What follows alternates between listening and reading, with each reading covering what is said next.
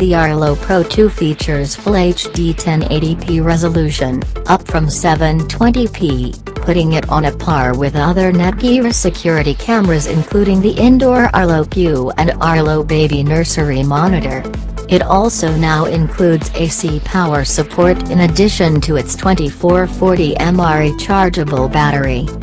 The added power gained from plugging the camera in allows you to take advantage of video analytics-driven motion detection that offers greater range and is more accurate than the passive infrared (PIR) motion detection the camera uses on battery power.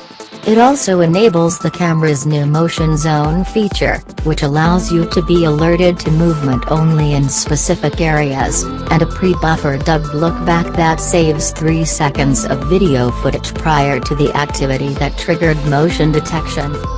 The Arlo Pro 2 supports smart home integration through If, Samsung SmartThings, and Amazon Alexa, including viewing the camera's streaming feed on the Fire TV, Echo Show, and Echo Spot.